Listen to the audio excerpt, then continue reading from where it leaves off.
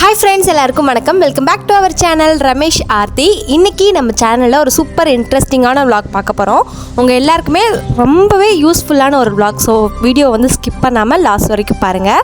And நம்ம கோவிலுக்கு வந்ததுமே வந்து உள்ளே போயிட்டு கடை இருக்குமான்னு தெரில, அதனால் வெளியிலே வந்து பிரேக்ஃபாஸ்ட் முடிச்சுட்டு போயிடலான்னு சொல்லிட்டு ஆளுக்கு வந்து ஒரு கப் ஆஃப் டீ வந்து குடித்தோம், காஃபி. அதுக்கப்புறம் வந்துட்டு பிரேக்ஃபாஸ்ட்டுமே வந்து இட்லி வடை அதெல்லாம் இருந்துச்சு. ஸோ அதெல்லாம் வந்து சாப்பிட்டு முடிச்சுட்டு வாங்க விளாக்குள்ளே போகலாமா?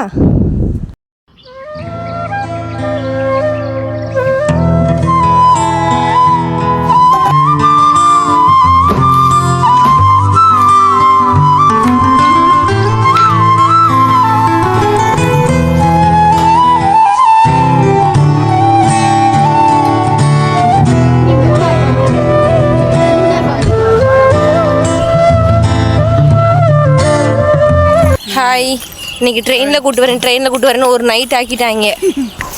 நேற்று இரவு 10:30 மணிக்கு கிளம்புனோம் சிவகங்கையிலேருந்து ட்ரெயினுக்கு. ஆனால் நம்ம அந்த திருச்சி போனது நைட்டு 1:30 மணிக்கு. 2:30 மணிக்கு ஒரு ட்ரெயின் இருக்குன்னாங்க திருச்சியிலேருந்து ஃப்ரம் கும்பகோணத்துக்கு. அந்த ட்ரெயினில் ஏறினா ஒரே கூட்டம், ஏறுறதுக்கே இடமில்ல. அது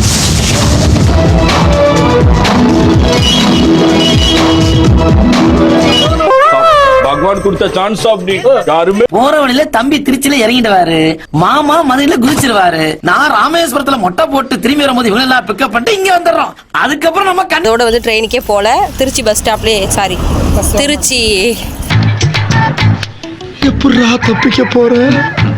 திருச்சி ஜங்ஷன்ல நின்றுட்டோம். அதோட வந்து வேற வழி இல்லாமல் நின்றாச்சு. காலையில் 4 மணிக்கு நம்ம திருச்சி ஸ்டேஷனுக்கு வந்துச்சு கும்பகோணம் ட்ரெயின். ஸோ அதை பிடிச்சி அப்படியே வந்துட்டோம். ஒன்று வந்த பாடல காலை 6 மணி அளவில் கும்பகோணம் வந்தடைந்தோம். அதற்கு பிறகு இப்பொழுது மணி 10:30 ஆகிவிட்டது. அன்னைக்கு காலையில் 6 மணி அந்த கதை ஆயிடுச்சு. கடைசியில் 6 மணிக்கு கும்பகோணத்துலேருந்து இந்த பக்கம் காரைக்கால் சைடு இருக்க அந்த கோயில் நம்ம கும்பகோணம் வரைக்கும் 6:30 மணி ஆயிடுச்சா. அதோடு வந்து அங்கேருந்து கும்பகோணம் பஸ் ஸ்டாண்ட் போயிட்டு பஸ் ஸ்டாண்ட்லேருந்து காரைக்கால் அந்த ஊருக்கு சைடில் இருக்கிற ஒரு கோவிலுக்கு வந்திருக்கோம். என்ன கோவில்ன்றதை ரமேஷ்குமார் சொல்லுவாப்பில், நான் சொல்ல மாட்டேன். எனக்கு ஒன்றுமே புரியல. கீழே நம்ம அச்சியாஸ்ரீ வராங்க பாருங்கள். நானும் என் சிஸ்டரும் ஒரே மாதிரி ட்ரெஸ்ஸு, சாரி ஒரே மாதிரி கலரு, மன்னிச்சிருங்க மாற்றி சொல்லிட்டேன். கொஞ்சம் ஒரே மாதிரி இருக்கான்றதை கமெண்ட்டில் சொல்லுங்கள். மாற்றி இருந்துச்சுனாலும் கழுவி ஊற்றுங்க.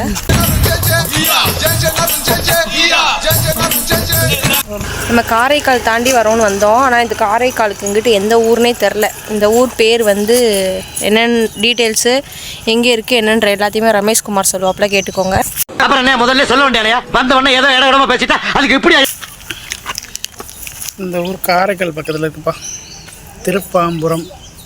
நாங்களே பஸ்ஸில் ஏறிட்டு அந்த ஊருக்கு அட்ரஸ் கண்டுபிடிக்கிறதுக்கு பெரும்பாடு பட்டு போயிட்டோம். கண்டக்டர் வடிகள் சொல்லுவார்ல 2:50 அண்ணே 2:50ன்ற மாதிரி போகிற டைம் வரனே எல்லா நேரமாக ஸ்டாப் வந்தா சொல்லுங்க. இதுக்கு தான் நான் அத்தனை வாட்டி கேட்டேன், எங்கே கூட்டின்னு போகிறீங்க. ஐயா நானே சொல்கிறேன் ஐயா, கொஞ்சம் பொறுங்க ஐயான்னு சொல்லிட்டார். அவர் டென்ஷன் ஆகிட்டு இருப்பார். கடைசியில் பக்கத்தில் உட்காந்துருந்தார். அவர் டென்ஷன் ஆகி பையன் ரொம்ப ஆர்வமாக இருக்கேன் போல் அப்படின்ட்டு, தம்பி நீங்கள் எங்கே போகணும்னு கேட்டார். நாங்கள் இந்த திருப்பாம்புரத்துக்கு டேரெக்டாக பஸ் கிடையாது, கற்கத்தின்னு ஒரு ஸ்டாப்பில் இறக்கி விட்றாங்க. அதான் விளக்கு போல். அங்கேருந்து ஒரு 2 கிலோமீட்டர் நடந்து போகணுமா. அப்புறம் அவர் சொன்னார், அடுத்த ஸ்டாப்பில் நீங்கள் இறங்கிடலாம் தம்பி அப்படின்னா. அதோட பஸ்ஸை நிப்பாட்டினாங்களா, கண்டக்டர்னு சொல்லிட்டார். அதோட இறங்கியாச்சு. இப்போ இறங்கி ஒரு டீயை சாப்பிட்டு டீ நடந்துட்டு இன்னும் எவ்வளோ தூரம் தரலாம் போயிட்டு அங்கே போயிட்டு வாங்க அங்கே கோயிலில் போயிட்டு கோயில் எப்படி இருக்குது என்னன்றதெல்லாம் உங்ககிட்ட காமிக்கிறோம். அச்சா எங்கே பாரு அச்சா போட்டுக்க முடியும். நாங்களும் நடந்து வந்துக்கிட்டே இருக்கோம். வெயில் அதிகமாகிடுச்சு. இங்கே பாருங்கள், வேர்த்துலாம் ஊற்ற ஆரம்பிச்சிருச்சு. முடியல, எவ்வளோ தூரம் நடந்து வர்றது. கடைசியில் அங்கேருந்து இங்கேருந்து 3 கிலோமீட்டரா நடந்தே வந்துட்டோம். இன்னும் 1 கிலோமீட்டர் வரைக்கும் போகணுமா. எங்களால் தாங்க முடியல ஃப்ரெண்ட்ஸ். வாங்க அப்படியே போவோம். இன்னும் ஒரு குளம் இருந்துச்சுன்னு வந்தோம் ஃப்ரெண்ட்ஸ். நல்லா இருக்குது. இந்த குளத்துக்கிட்ட கொஞ்சம் குளுன்னு இருக்கு. அச்சாவே அவங்க அப்பாவே சேர்ந்து உள்ளக்கு தள்ளி விட்டு போகலான்னு நான் முடிவு பண்ணியிருக்கேன். என்னடா சொல்ற? தள்ளிடலாமா? போங்க. இம்சை பண்றாங்க இந்த ஊர்க்காரங்க கிட்ட கேட்டா இந்தாதான் இருக்கு, இந்தாதான் இருக்கு போங்க, இந்தாதான் இருக்கு போங்கங்கிறாங்க ஊர்க்காரங்க. வந்து பாக்குறோம் காணவே காணோம் கோயிலையே. நாங்களும் எவ்வளோ தூரம் நடந்து வந்துட்டோம். தயவு செஞ்சு யாராச்சும் வர்றவங்கலாம் நடந்துலாம் வந்துடாதீங்க. இந்த மாதிரி லொகேஷன்லாம் அழகா தெரியுது. நல்லா உங்களோட ஓன் வண்டியிலலாம் வந்தீங்கன்னா நீங்கள் பாட்டுக்கு நல்ல சாப்பாடுலாம் கட்டி கொண்டு வந்து சூப்பராக உட்காந்து சாப்பிட்டு போகிறோம். அந்த மரங்கள் நிழல்லாம் சூப்பராக அழகாக இருக்குது. போகிற வழியில் ஆனால் சூப்பர் வியூ. சரியான வெயிலில் நடந்து போயிட்டுருக்கேன். வீடியோக்கு உங்களுக்கு எப்படி தெரியும் தெரில. எனக்கு பின்னாடி அப்படியே ஒரு அழகான குளம் சூப்பராக இருக்கல. அப்படியே தென்னை மரம் காயெல்லாம் கிடக்கு. தென்னை மரத்தில் இன்னும் கொஞ்சம் பெருசாகலை. நம்ம போயிட்டோம்னா ஊருக்காரங்க சண்டைக்கு வந்துடுவாங்க. சூப்பராக இருக்கானா. அப்படியே இப்போ இந்த குளத்துக்குள்ளே இறங்கி ஒரு நீச்சலை போட்டால் வேறு லெவலாக இருக்கும். பட் நீச்சல் தெரியாது, கொஞ்சம் மன்னிச்சுக்கோங்க. ரமேஷ்குமாருக்கு நீச்சல்லாம் தெரியும். வரும்போது வேணால் நடந்து வந்தோன்னா பிடிச்சி தள்ளி விட்ருவோம், உள்ளக்க நீச்சல் அடிக்க விடுவோம். அப்படியே வர்ற வழியில் எங்கள் ஒரு கருப்பு சாமி இருக்கார். சும்மா செம்மையாக மீசையெல்லாம் வச்சுட்டு சாரி முனிஸ் வராராம். இங்கே பாருங்களேன், இவர் தான் அவர். வர்ற வழியெல்லாம் ஒரே வைபாக இருக்குது. இங்கே வந்து தாமரை குளம் இருக்குது. ஆனால் தாமரை இருக்கான்னு தெரில. இதோ தாமரை குளம் மட்டும் இருக்கு, ஆனால் தாமரை இல்லை. பொறுமையாக வருன்றேன். தாமரை இருந்துச்சுன்னா தேடி பார்ப்போம், வரும்போது பார்ப்போம். வாங்க போகலாம். தாமரையா? ஐயோ தாமரை இல்லையா ஃப்ரெண்ட்ஸ். என் ஃப்ரெண்ட்ஸ் இந்த ஆடு மேய்க்கிற தாத்தா கிட்ட வந்து கேட்டோம். அவர் இந்த நேராக போயிட்டு ரைட்டில் திரும்பினீங்கன்னா வந்துரும்னு சொன்னார். ஆமாம் ஃபேமஸ் அந்த கோயில். கூட்டி போற இதோட 11 கிலோமீட்டர் ஆகி போச்சியா? அண்ணன் மாறு தளராம நங்கு நங்கு நடந்து வா. நங்குன்னு இப்போ நம்ம வந்து புதுசாக வரவங்களுக்கு அப்படி தான் தெரியும்னு அந்த தாத்தா சொல்லியிருக்காரு. நம்ம போய் தான் பார்ப்போமே. சரி வாங்க அப்படியே நடந்துட்டு கோயிலில் போய் பார்க்கலாம். முடியல, வெயில் ஓவராக இருக்குது. அங்கே போயிட்டு பார்ப்போம். வெயில் ஓவராக இருக்குது, ஆனால் எனக்கு கொஞ்சம் குளுக்குழுந்தான் இருக்குது. ஏன்னா சுற்றி வயக்காடாக இருக்குது. கோவில் நல்லா தூரமாக இருந்தாலும் சுற்றி நல்லா குளுக்குழுன்னு வயக்காடாக இருக்குது. கொஞ்சம் வெயில் தெரியுது, அவ்வளோதான்.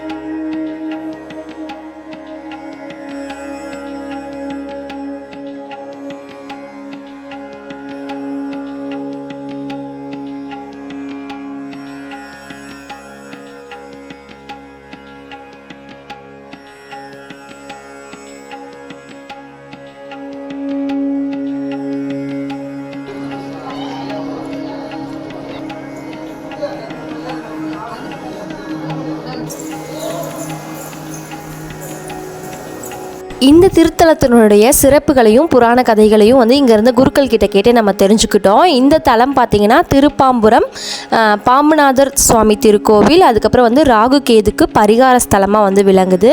எங்கேயுமே இல்லாத சிறப்பு வந்து இங்கே இருக்குது. என்னென்னு பார்த்தீங்கன்னா 64 நாயன்மார்களால் பாடப்பட்டதில் 4 நம்ம அப்பர் சுந்தரர் மாணிக்கவாசகரால் பாடப்பட்டதில் 3 பேரால் பாடப்பட்ட சிறப்பு தலம் சிவனை வந்து பாடியிருப்பாங்க. அப்படி ஒரு சிறப்பு பெற்ற தலமாக வந்து இது விளங்குது. இதோட புராண கதை பார்த்திங்கன்னா நாகலோகத்தில் சிவபெருமானோட கழுத்தில் இருந்த நாகம் வந்து விநாயகர் வணங்கும் போது தன்னை தான் விநாயகர் வணங்குறாருன்னு அது வந்து கர்வம் கொண்டதுனால பரமேஸ்வரருக்கு வந்து கோபம் வந்து அந்த நாகத்துக்கு வந்து சாபம் அளிச்சிருவார். நீ வந்து பூலோகத்தில் போய் எந்த சக்தியும் இல்லாமல் நீ வந்து உலாவணும் அப்படின்ற மாதிரி வந்து அவர் வந்து சாபம் வந்து கொடுத்துருவாராம். அதுக்கு பிறகு இந்த நாகங்கள் எல்லாம் பூலோகத்துக்கு வந்து சுற்றி தெரிஞ்சு கடைசியில் இந்த திருப்பாம்புரம் தலத்துக்கு வந்து இங்கே வந்து சித்ரா பௌர்ணமி அன்னைக்கு 3வது காலத்தில் சிவபெருமானை வந்து வணங்கி அதனுடைய தவறெல்லாம் உணர்ந்து அதுக்கப்புறம் வந்து அவர்கிட்ட இருந்து சாப விமோச்சனம் வந்து பெறுங்களாம். அதனால தான் வந்து இந்த ஸ்தலத்துக்கு வந்து ஒரு சிறப்பான ராகு கேது ஸ்தலம்னு வந்து சொல்கிறாங்களாம். இங்கே வந்து போயிட்டு வந்தால் வாழ்க்கையில் ஒரு திருப்பம் வரணும். குழந்தை இல்லாதவங்க, திருமண தடை இருக்கிறவங்க எல்லாரும் இந்த மாதிரி பரிகாரங்கள் ஹோமங்கள்லாம் செய்கிறது மூலயமா அவங்களுடைய தடைகளும் நீங்கி நிவர்த்தி ஆகுன்றதும் இந்த கோயிலோட ஐதீகமாக சொல்லப்படுது. இங்கே ரொம்பவே அழகழகான நேர்த்தியான இந்த மாதிரியான நாக சிலைகள் எல்லாமே வச்சுருந்தாங்க. எல்லா நாகங்களும் இங்கே தான் வந்து சாப விமோசனம் பெற்றதுனால அதுங்களுக்கு வந்து நம்ம வந்து இந்த மாதிரி பரிகாரம் பண்ணோன்னா நமக்கும் நல்லது நடக்கும் அப்படின்றதுமே வந்து இங்கே நம்பப்படுது. இன்னும் நிறைய விசித்திரமான செயல்களும் சம்பவங்களையும் நாங்கள் பார்த்தோம். அதையும் நீங்கள் இந்த முழு பதிவையும் பார்த்து தெரிஞ்சுக்கலாம்.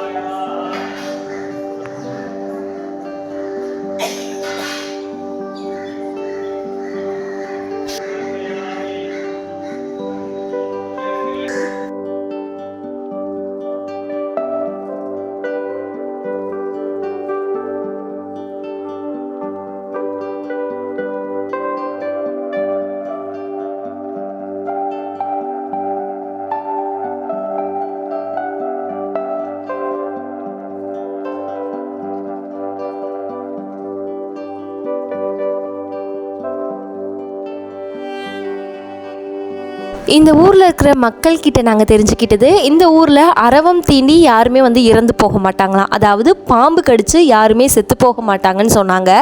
திருப்பாம்புரத்தை சுற்றி இருக்கிற, அதாவது அந்த ஊரோட எல்லைக்குள்ளே இருக்கிற யாருக்கு பாம்பு கடித்தாலும் அவங்க இறந்து போக மாட்டாங்க அப்படின்ற செய்தியையும் சொன்னாங்க. அது மட்டும் இல்லாமல் இந்த ஊரில் இருக்கிற ஆலமரத்தோடைய விழுது வந்து தரையை தொடாதான், பாதியோடையே ஸ்டாப் ஆயிரும் அப்படின்ற மாதிரி சொன்னாங்க. அத்திப்பூ வந்து பூக்கவே பூக்காதான் இந்த ஊரில், அதையுமே வந்து சொன்னாங்க. கொஞ்சம் கேட்குறதுக்கே வித்தியாசமாக ஏதோ புதுவிதமான அனுபவமாக இருந்துச்சு. இங்கே பாலாபிஷேகம் பார்க்குறது ரொம்பவே நல்லது. ராகு காலத்தில் வந்து நடக்கும் அந்த மாதிரி வந்து சொன்னாங்க பாலாபிஷேகம். அதனால் நம்மளும் பாலும் வாங்கிட்டு உள்ளே வந்து கொடுத்துட்டு வந்துட்டோம் போயிட்டு.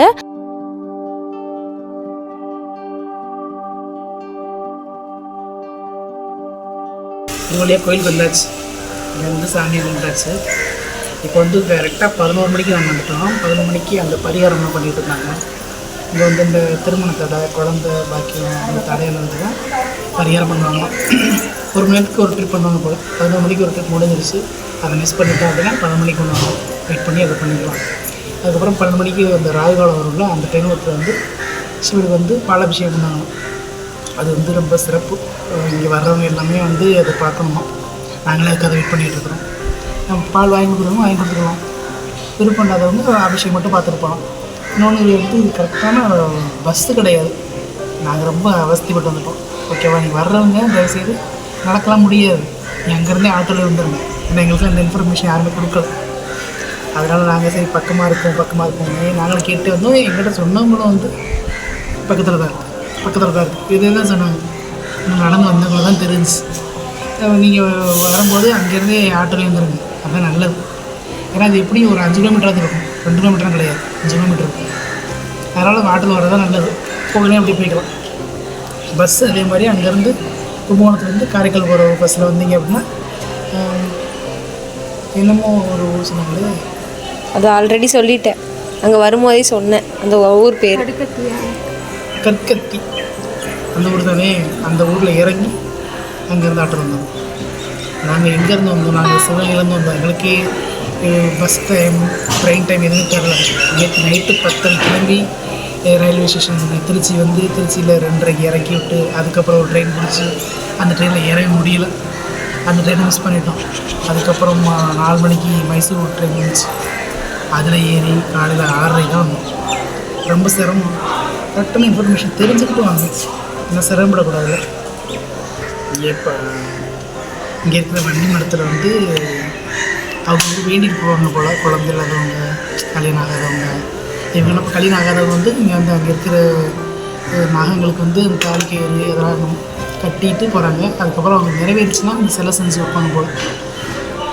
அந்த வன்னி மரத்தை கட்டிக்காங்க. அது மாதிரி குழந்தை இல்லாதவங்க வந்து தொட்டி கட்டி போயிருக்காங்க. அந்த மரம் ஆல்ரெடி வீடியோவில் இருக்குது. அந்த மரம் ஃபுல்லாக வேறு தொட்டில் தான் இருக்குது. சிலையும் சுற்றி நிறையா இருக்குது. நீங்களும் ஒரு டைம் கிடச்சா வாங்க, ஈஸ்வரை தரிசிச்சு போங்க.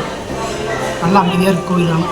ரொம்ப கூட்டம்லாம் கிடையாது, ஃப்ரீயாக தான் இருக்குது அப்படின்னு கிடையாது. ஆனால் எல்லோரும் பயமுறுத்திட்டாங்க, அவ்வளோ கூட்டமாக இருக்குது அவ்வளோ கூட்டம். நாங்கள் வந்திருக்கோம், அவ்வளோ கிடையாது.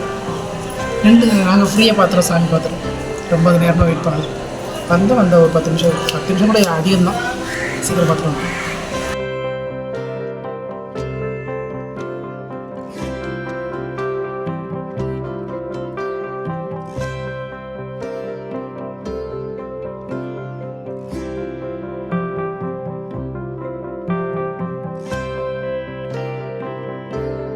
அம்பாள் மேலே 2002 ஒரு பௌர்ணமி நாளில் 7.5 அடியில் தன்னுடைய தோலை உரித்து பாம்பு தன்னுடைய சட்டையை மாலையாக போட்டிருந்தது இங்கே ஃப்ரேம் பண்ணி வச்சுருக்காங்க. அதே போல் சுவாமி மேலே தன்னுடைய தோலை உரித்து மாலையாக போட்டிருக்கிறது இங்கே ஃபோட்டோ பிடிச்சி வச்சுருக்காங்க.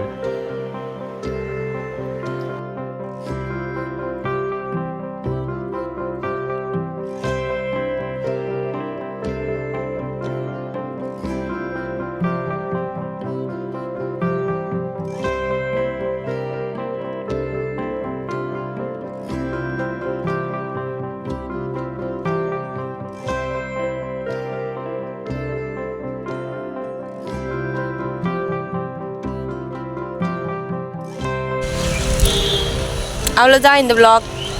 அவங்க எல்லாருக்குமே வந்து ஒரு வழியாக அவ்வளோதான் இந்த vlog. உங்களுக்கு ஒரு வழியாக வந்து யூஸ்ஃபுல்லாக இருந்திருக்கும்னு நினைக்கிறோம். யூஸ்ஃபுல்லாக இருந்துச்சுன்னா வீடியோக்கு ஒரு லைக் கொடுங்க. மறக்காமல் நம்ம சேனலை